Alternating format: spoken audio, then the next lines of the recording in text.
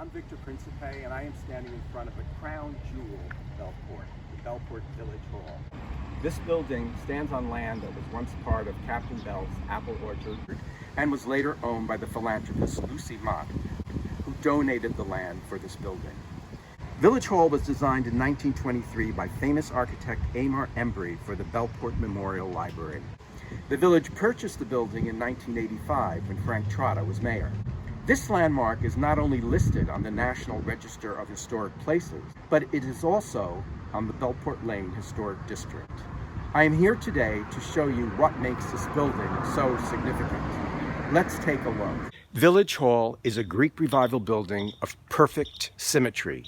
Its north and south wings were set back so as to give the main building prominence while emphasizing the overall symmetry and proportion. What you first notice about the building is the entrance portico. This portico is supported by a pair of double Doric columns framing a semicircular opening that reminds one of the work of Andrea Palladio, the Italian Renaissance architect who was influenced by ancient Greek and Roman architecture. Directly above the columns is a Greek frieze, which is also repeated along the entire facade of the building below its roof. The frieze is modeled after the one seen at the Parthenon. If we step inside the portico, we see that the entrance door is surrounded by glass panes or lights.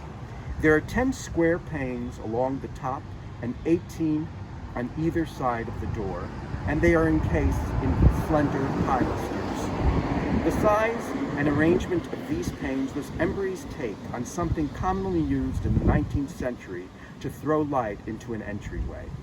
But what Embry did here is make the panes small and numerous so that they would remind us of mosaics of the ancient world. As you can see, all this was done to inspire people when they entered a place of learning, a library.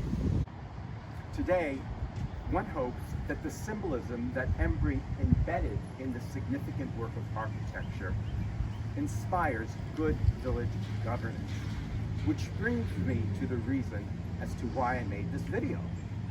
Tampering with this facade would be a blatant act of vandalism, pure and simple, and the rationale for doing so is misguided, because what has been left out of the conversation regarding access for the disabled at Village Hall is the fact that the village has been accommodating the disabled. Since Congress enacted the American with Disabilities Act in 1990, this act provides protection for small historic buildings just like Village Hall, whose significance would be threatened or destroyed by the usual methods of providing access. That provision is called shifting services. Thus, in Bellport, a disabled resident can go to the community center that is equipped with access for the disabled and meet with a village employee. This has worked well for the past 30 years, and there's no reason to change it, except that the village has apparently received a grant to enhance access.